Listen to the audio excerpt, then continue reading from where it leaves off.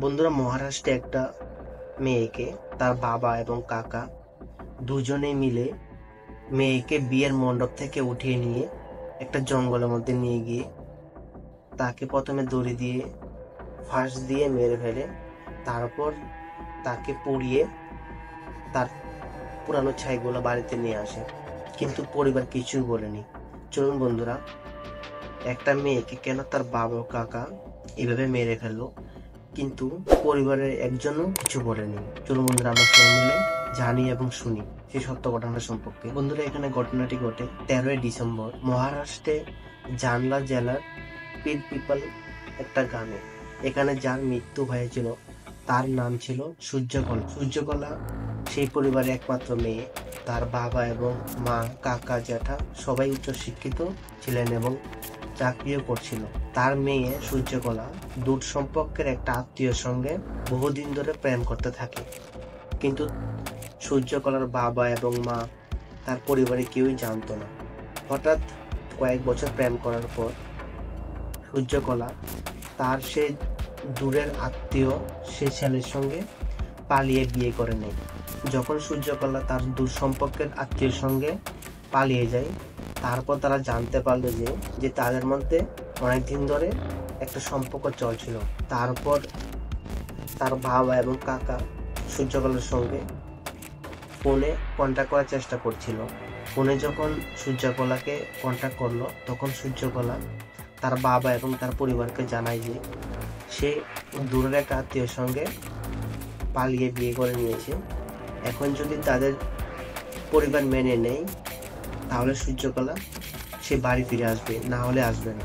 তার কথাই সূর্যকলা বাবা এবং কাকা, তার আত্মীয়, মেনে নেন যে বাড়িতে যদি সূর্যকলা চলে আসে, তাহলে তার পরিবার সে আত্মীয়ের সঙ্গে খুব সুন্দরভাবে বিয়ে করিয়ে দেবে।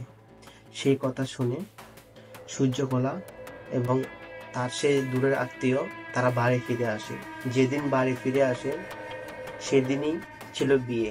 সেদিন বিয়ের কাজ প্রায় হয়ে গিয়েছিল। বিয়ের যা সমস্ত কাজ ছিল বাড়িতে সবকিছু হয়েছিল এবং গ্রাম থেকে আত্মীয় স্বজন আসতে শুরু করে দিয়েছিল সে বিয়ে বাড়িতে। তখনই তার বাবা এবং তার কাকা তাদের পরিকল্পনা অনুযায়ী যে তারা তার দূরের আত্মীয় সঙ্গে বিয়ে দেবে না, কারণ তাদের সম্মানে লাগবে। সেই কারণে সূর্যকলার বাবা এবং কাকা তাদের পরিবারের সম্মান রক্ষা করার জন্য যেদিন বিয়ে হবার কথা ছিল সেদিন মেয়েকে বিয়ের মণ্ডপ থেকে উঠিয়ে নিয়ে জোর করে তাদের বাড়ির পিছনে একটা জঙ্গলের পিছনে নিয়ে যায়। জঙ্গলের পিছনে নিয়ে গিয়ে সূর্যকলাকে দড়ি দিয়ে বেঁধে গাছের মধ্যে ঝুলিয়ে রাখে যতক্ষণ না সে মারা যায়। তারপর যখন সূর্যকলা একসময় মারা যান, তারপর তার বাবা এবং কাকা ভাবতে থাকেন যে পুলিশ যদি আসে তাহলে তাদের বাবা এবং কাকাকে গ্রেপ্তার করবে। সেই কারণে সূর্যকলা বাবা এবং কাকা সূর্যকলাকে গাছ থেকে নামিয়ে আগুনে পুড়িয়ে দেয়। আগুনে পুড়ানোর পর তার সেই দেহের ছাইগুলা তারা সঙ্গে করে বাড়িতে নিয়ে আসে। কিন্তু অবাক করা এটাই ছিল যে তাদের পরিবার যখন জানতে পারে যে তার কাকা এবং তার বাবা সূর্যকলাকে মেরে ফেলেছে, কিন্তু তাদের পরিবারে কেউই কিছু বলেনি। তারা সবাই চুপচাপ ছিল। কিন্তু সেই বিয়ে বাড়িতে অনেক আত্মীয় স্বজন ছিল এবং গ্রামের অনেক লোকও ছিল, কিন্তু তারাও কিছু বলেনি। তারপর সে গ্রামের কয়েকজনের মধ্যে থেকে একজন সে বিষয়টা নিয়ে পুলিশ স্টেশনে গিয়ে খবর দেয়। তারপর পুলিশ তৎক্ষণাৎ সে বিয়ে বাড়িতে আসেন। বিয়ে বাড়িতে আসার পর তার বাবা এবং কাকাকে তার বাড়ি থেকে গ্রেপ্তার করেন।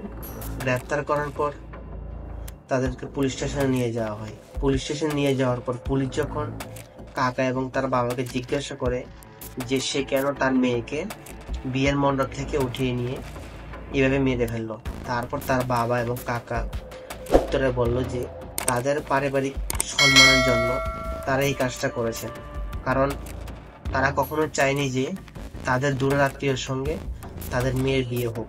সে কথা মাথায় রেখে তার বাবা এবং কাকা মেয়েকে হত্যা করলো। তারপর পুলিশ তার বাবা তুতুস সারদে এবং তার কাকা নামদেব সারদেকে আদালতে তোলা হয়। আদালতে তোলার পর তাদেরকে আদালত থেকে শাস্তি দেওয়া হয়।